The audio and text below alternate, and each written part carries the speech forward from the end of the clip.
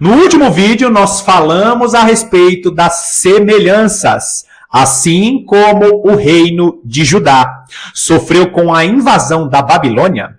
A igreja de Cristo está sofrendo investidas, está sofrendo invasões da grande Babilônia. E se você parou nesse vídeo aqui e não assistiu ao vídeo anterior, eu sugiro que você assista ao vídeo anterior, porque esse vídeo aqui é um vídeo continuação. Amados irmãos, nós sabemos que hoje o espírito do anticristo, ele está atuante no mundo. Por quê? Porque o espírito do anticristo, ele está atuante no mundo desde a queda de Adão.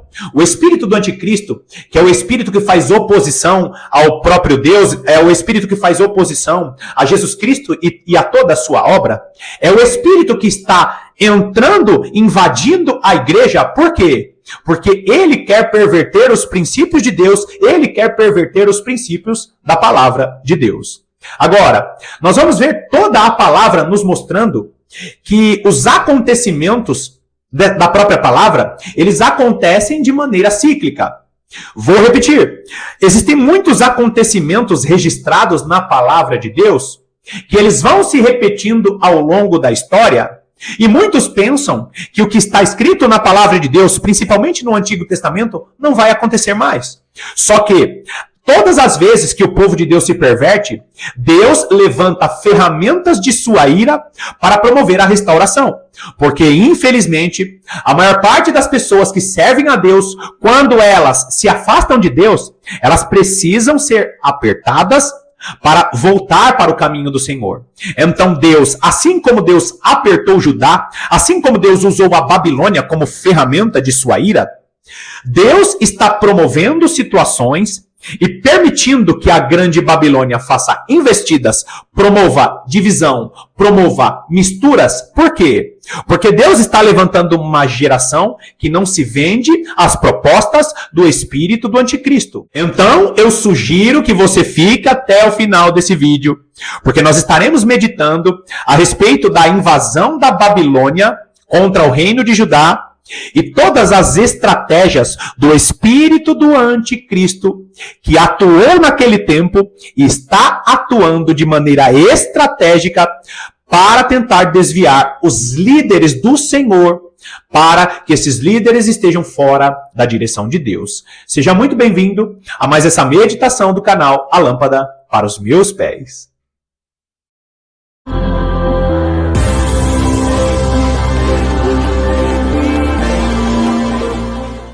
Nós vemos a palavra de Deus de maneira extraordinária, nos mostrando esse tempo cíclico de Deus, quando as situações elas vão se repetindo ao longo da história.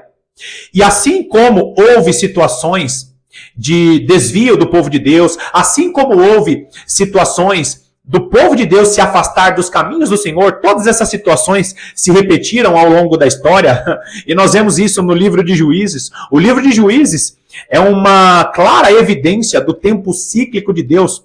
O povo de Deus se desviava dos caminhos do Senhor, e aí Deus levantava uma nação inimiga para ser ferramenta de seu ajuste, ferramenta de sua correção.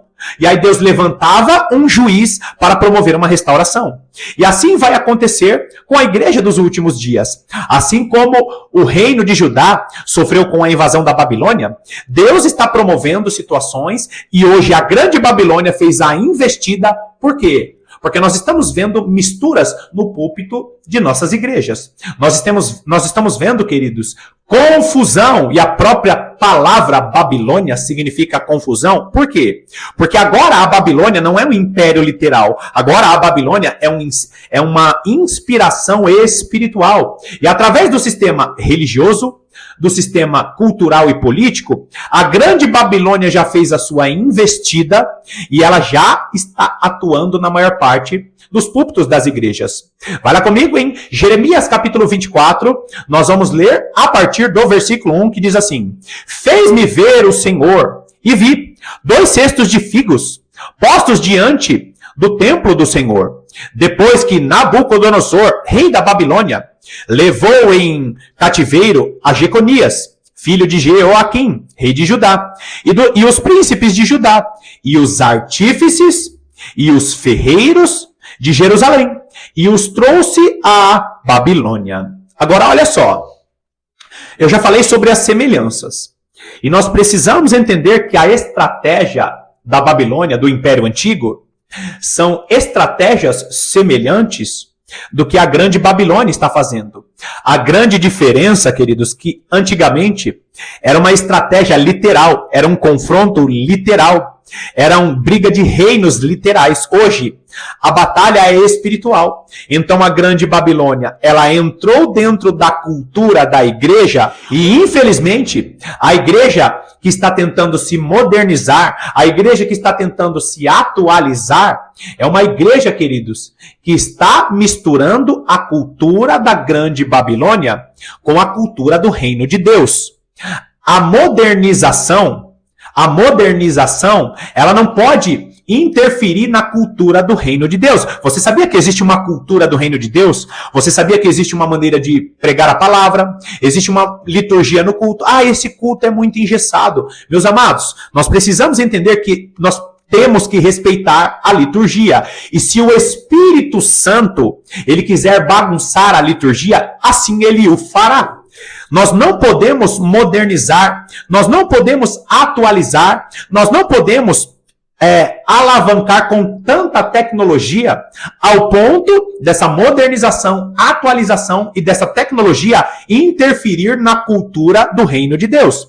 Então existe uma maneira de buscar a presença de Deus, existe uma maneira de cultuar a Deus, e essa maneira é segundo a palavra de Deus. E se o Espírito do Senhor, ele quiser interferir na liturgia, isso acontecerá de maneira literal. Nós buscamos a Deus segundo a palavra de Deus, e o Senhor, ele vai promover as mudanças que ele quiser. Vou repetir, eu não sou contra a modernização, não sou contra a tecnologia, porém, muitas dessas atualizações estão interferindo na cultura do reino de Deus e muitas pessoas não compreendem isso. Agora, como eu falei, a grande Babilônia entrou com estratégias.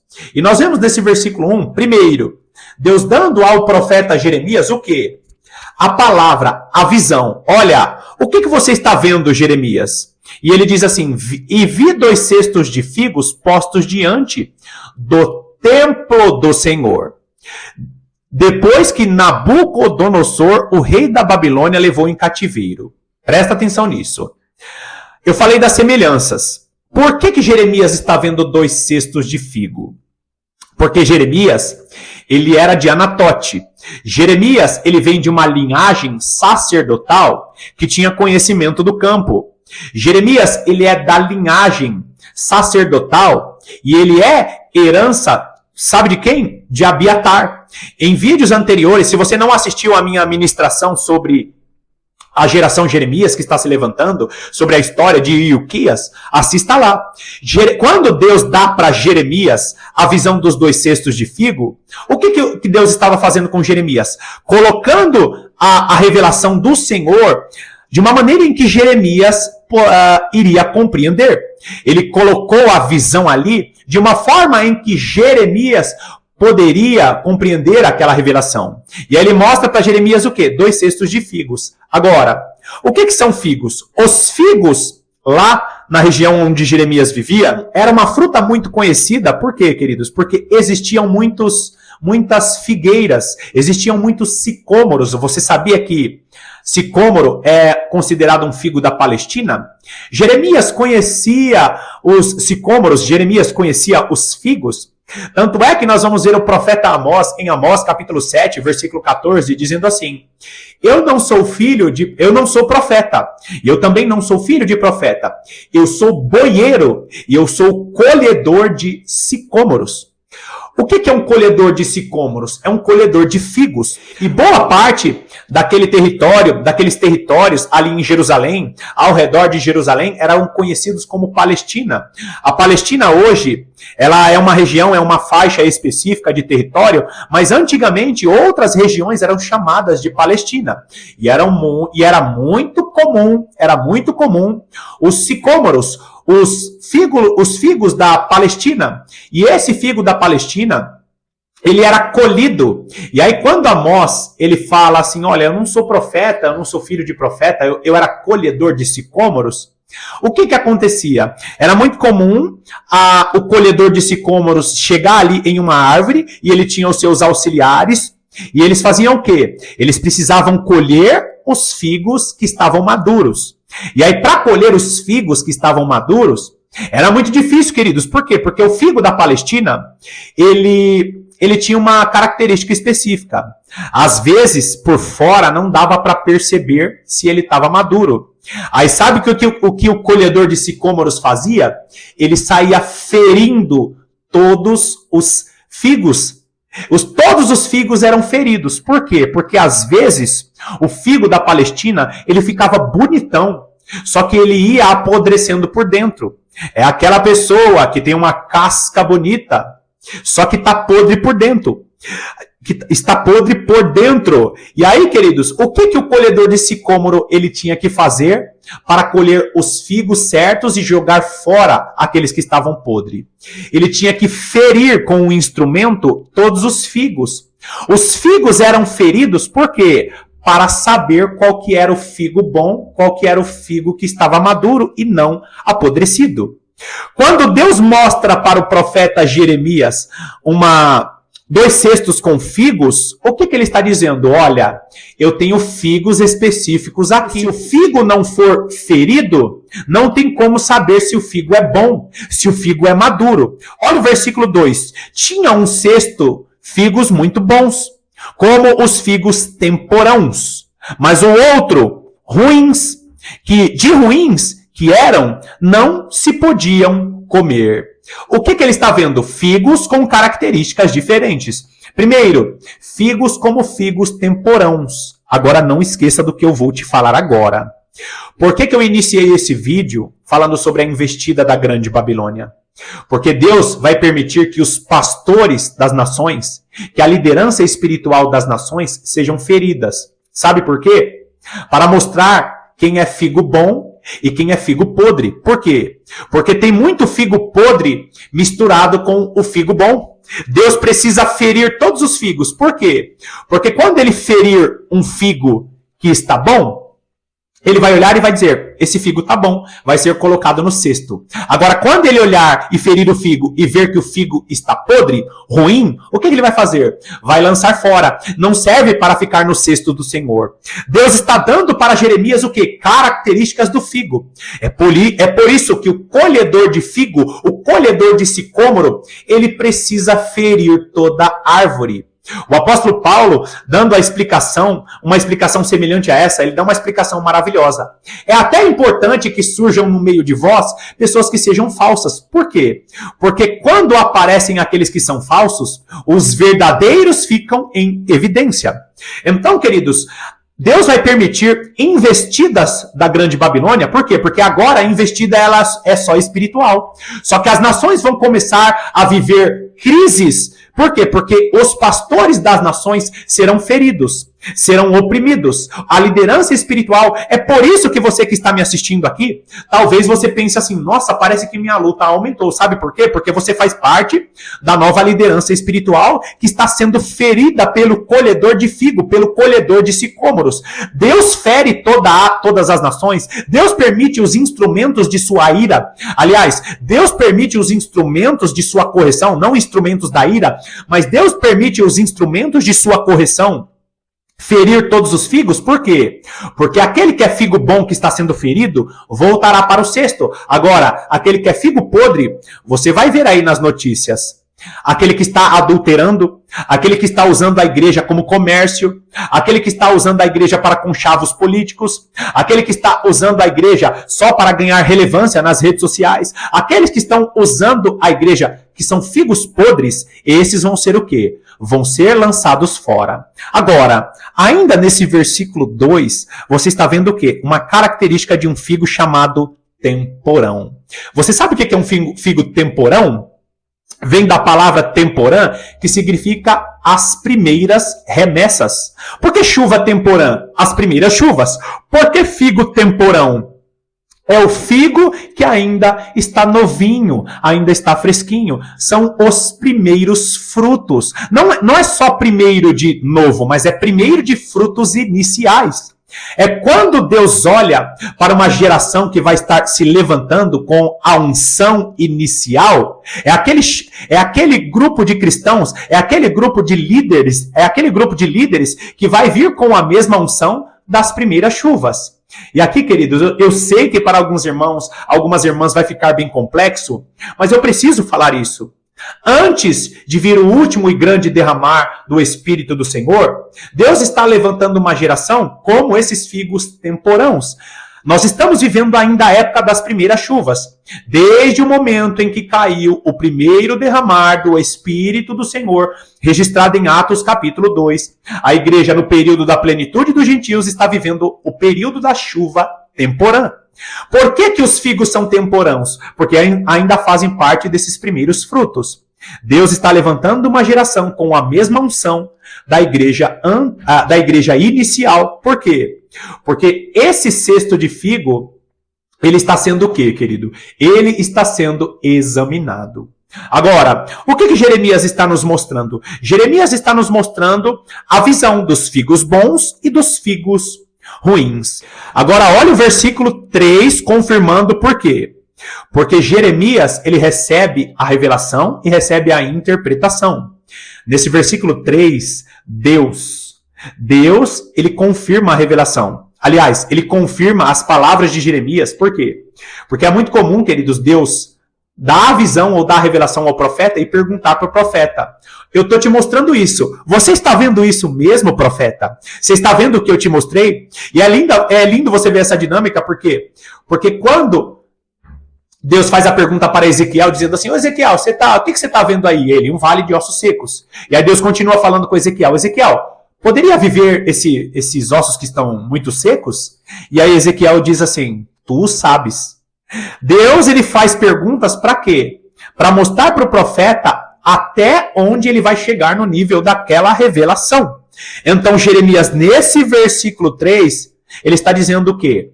Ele está vendo o que exatamente o Senhor mostrou. Tanto é que até parece repetição do versículo 2. Diz assim: então me perguntou o Senhor: que vês tu, Jeremias? Respondi: figos. Os figos muito bons e os figos muito ruins. De ruins que não se podem comer. Então, existem 2 cestos de figos. Um que serve como figo bom, como figo produtivo, como figo que está sendo preparado para estar na mesa. Agora, o figo ruim, ele não serve para nada. Só que tome bastante cuidado, por quê? Porque era característica do figo que era colhido nessas regiões de Israel, nessas regiões em Jerusalém. Os figos, antes de serem colhidos, eles são muito parecidos. E é por isso que a nação brasileira, é por isso que as nações, a liderança das nações serão feridas. Por quê? Porque Deus está mostrando quem é figo bom e quem é figo ruim. O figo verdadeiro, ele só aparece quando ele é ferido pelo colhedor de figos. Agora, versículo de número 5. Assim diz o Senhor, o Deus de Israel: do modo porque vejo estes bons figos, assim favorecerei os exilados de Judá, que eu enviei deste lugar para a terra dos caldeus. Agora ele está mostrando a associação da visão que Jeremias teve, com o que ia acontecer com o reino de Judá. E aí talvez alguém esteja dizendo assim: mas isso não tem nada a ver com a igreja. Eu mostro para você que inclusive a terra de Israel vai viver semelhanças que viveu aqui na época da invasão da Babilônia. O texto está fazendo o quê? O texto está falando o quê? Jeremias, tudo isso que eu te mostrei, todo o simbolismo do figo, é o que vai acontecer com o reino de Judá. Por quê? Porque dentro do reino de Judá, tem pessoas que são figos temporãos. Tem pessoas que são boas, mas tem muito figo ruim. Tem muito figo podre, que não pode ficar lá no meio. E infelizmente, Jeremias, eu vou ter que promover o meu juízo, mas saiba bem disso. aqueles que são fiéis não sofrerão com a invasão da Babilônia. Tanto é que a ordem dada a Jeremias, né, a palavra que tinha sido colocada na boca de Jeremias era o seguinte: se conforme com a direção de Deus. Aceite a invasão da Babilônia. Por quê?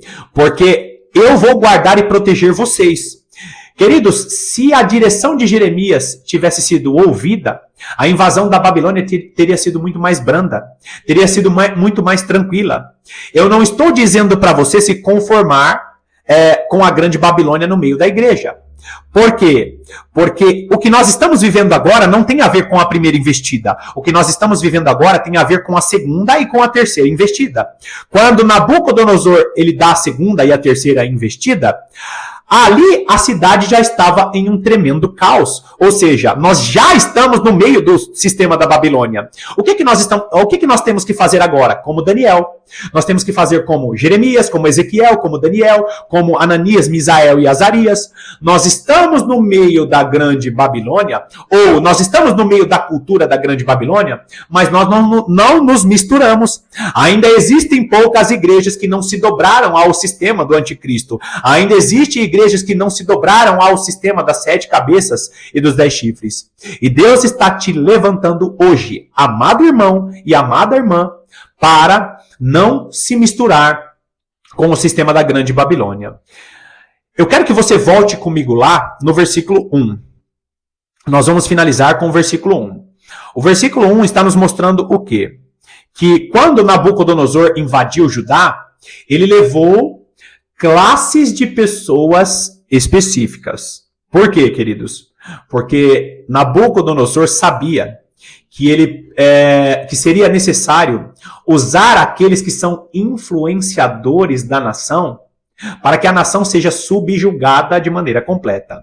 Não esqueça disso. Primeiro, você usa os influenciadores da nação, os príncipes, os governantes e todos aqueles que fazem parte do povo, mas são relevantes no meio do povo.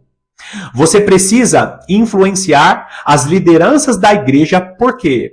Porque quando você influencia a liderança da igreja, esse povo é enfraquecido e não consegue retornar mais. E é por isso, queridos, que Deus tinha dentro da grande Babilônia, aliás, é por isso que Deus tinha dentro da Babilônia, no meio dos caldeus, é por isso que Deus tinha um Daniel, um Jeremias, é por isso que Deus tinha Ananias, Misael e Azarias, né? Sadraque, Mesaque e Abednego. Por que Deus tinha eles ali? Porque ainda que você esteja no meio do sistema da Babilônia, você não se mistura com a cultura, você não come das delícias do rei, você não se assenta à roda de escarnecedores, você pede para comer legumes, como Daniel fez. Amados irmãos, o que eu estou dizendo? Que nós estamos para sofrer as próximas investidas da grande Babilônia. E você está vendo esse texto aí nos mostrando, no versículo 1, que príncipes, que artífices e ferreiros foram aqueles que foram levados para o exílio primeiro. Sabe por quê? Porque hoje, na igreja de Cristo, os que estão sendo levados primeiros são príncipes, são artífices e são o quê? Ferreiros. Você sabe o que são príncipes? Governantes. Governantes, primeiro foram levados os príncipes. Quem são os nossos príncipes hoje? Aqueles que fazem parte do governo da igreja. O espírito do anticristo está tentando dizer que não existe mais apóstolo, que não existe mais profeta. Inspiração do espírito maligno ou inspiração do principado da Grécia. Filosofia, não existe mais. Não existe mais. Só que hoje quem faz parte do verdadeiro, não essas coisas que nós vemos por aí, mas existem os verdadeiros apóstolos, existem ainda os verdadeiros profetas. Só que esse sistema babilônico está tentando o quê? Levantar apóstolos falsos, profetas falsos, e aqueles que são verdadeiros estão sendo abafados. O governo da igreja, Efésios capítulo 4, e ele deu uns para apóstolos, mestres, profetas, evangelistas. E esses ministérios vão existir até quando? Efésios capítulo 4, versículo 13. Vai existir até quando? Até que a igreja tenha o pleno conhecimento do Filho de Deus, até que a igreja chegue à estatura do varão perfeito. Isso não aconteceu ainda, então existem ainda apóstolos. Depois você vai lá nas cartas de Paulo, escreve na sua Bíblia online, apóstolos. Você vai ver Paulo mencionando outros apóstolos, ou seja, então apóstolos não eram apenas os 12. Barnabé foi chamado de apóstolos. Existem dois, eu esqueci agora o nome dos dois servos do Senhor, que eu vou colocar aqui em cima, que Paulo chama eles de notáveis entre os apóstolos. Então, apóstolos ainda existem. Só que a grande Babilônia está fazendo o quê? A mesma coisa que Nabucodonosor fez. Tentando levar os príncipes cativos para esse sistema maligno. Tentando levar os artífices. Você sabe o que eram artífices naquela época? Artífices eram todos aqueles que eram artesão. São os artistas que fazem todo o trabalho de arte na obra do Senhor. Você sabia que Deus está restaurando as artes? O que são artes? É tudo aquilo que embeleza a obra do Senhor. Aqueles que louvam ao Senhor. O irmão ou a irmã que faz parte da organização da igreja, da estrutura da igreja. Ele está tentando mudar o quê? Está tentando mudar como a igreja é vista por dentro. São os organizadores da igreja, são os artífices. E também esse sistema da Babilônia está tentando levar quem? Os ferreiros. Quem são os ferreiros? E aqui entra também aqueles que fazem parte que dão estrutura para a igreja. Os intercessores dão estrutura para a igreja. Quem que dá estrutura para a igreja? Os próprios apóstolos. Você sabia que um apóstolo, ele dá base para uma igreja? Ele traz estrutura para a igreja? Estrutura espiritual vinda dos intercessores, daqueles que têm vida de oração e daqueles que são chamados para serem apóstolos dos últimos dias. Eu não tenho tempo mais para explicar isso. Se uma quantidade grande de pessoas ficaram até esse ponto, eu vou fazer um terceiro vídeo. Se uma quantidade razoável de pessoas me pedirem um terceiro vídeo desse tema, eu vou fazer um terceiro vídeo desse tema, falando a respeito da estratégia de Nabucodonosor, no meio desses nobres de Israel, no meio desses nobres de Judá, as estratégias e que relação essas estratégias têm com a igreja dos últimos dias. Se você ficou até aqui e tem interesse em um terceiro vídeo, me escreve aqui que eu vou fazer esse terceiro vídeo. Que Deus te abençoe poderosamente e eu estarei aqui te aguardando para as próximas meditações.